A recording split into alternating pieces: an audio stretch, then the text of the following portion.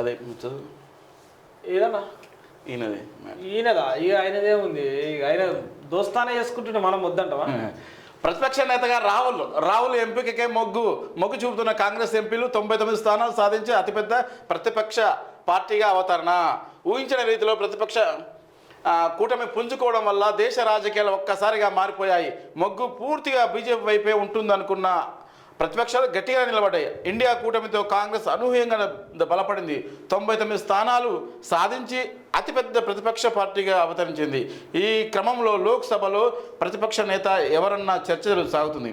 ఈ మేరకు ఇండి కూటమిలో సంప్రదింపులు చర్చలు కొనసాగుతున్నాయి.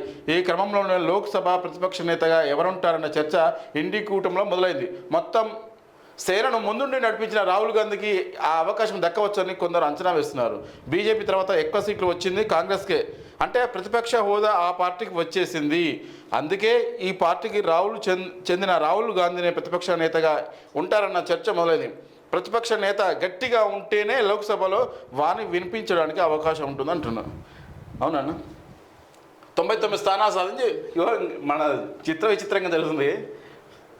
99 స్థానాలు వచ్చిన కాంగ్రెస్ పార్టీ ఉత్సవాలు జరుపుకుంటుంది, సంతోషం సెలబ్రేట్ చేసుకుంటుంది. 240 వచ్చింది, 299 వచ్చిన వాళ్ళు నిరుత్సాహంగా ఉన్నారు. ఈ అల్ప సంతోషం అంటే ఇదే అన్న, ఇంకెక్కువ సాధించాలి.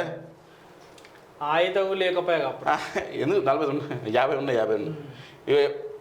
లోక్సభలో ప్రతిపక్ష నేత ఎవరుంటున్నా ఈసారి కూడా ఈ రాహుల్ గాంధీ ఉంటేనే బాగుంటుంది. ఇంతవరకు రాలేదు. అధీర్ రంజన్ చౌదరి లాస్ట్ టైం ఆయనే ఉన్నాడు కదా, మాట్లాడతారేమో సరే సెట్ చేస్తారేమో. ఆయన ఓడిపోయిండు. అధీర్ రంజన్ చౌదరి అయితే ఓడిపోయిండు. సెట్ చేస్తారేమో సరే సెట్ చేస్తే ఉండాలి. అట్లా అయితేనే ఇంకా ఉంటుంది, గ్రోత్ ఉంటుంది. కాబోయే ప్రధానమంత్రి అవుతారు. ఇక ఈసారి లేదనుకో దండం. కానీ భారత్ జోడో యాత్ర మాత్రం ప్లస్ అయింది, ప్లస్ అయింది. భారత్ జోడో యాత్రనే అవును, చాలా బాగా చేసింది. ఈ విషయంలో మాత్రం మెచ్చుకోవాల్సింది. ఇక కాంగ్రెస్ కు ప్రత్యామ్నాయం బీజేపీని. రిజర్వేషన్ల రద్దు పేరుతో దుష్ప్రచారం, కాంగ్రెస్ తప్పుడు ప్రచారంతో దెబ్బతిన్నాం, తెలంగాణ ప్రజలకు గుండె చప్పుడుగా ఉంటాం, భవిష్యత్తులో తెలంగాణలో మరింత సత్తా చాటుతాం, ఏపీ కూటమిలో గెలుపుతో మంచి రోజులు వచ్చాయి. ఏపీలో కూటమి గెలుపుతో మంచి రోజులు వచ్చినాయట.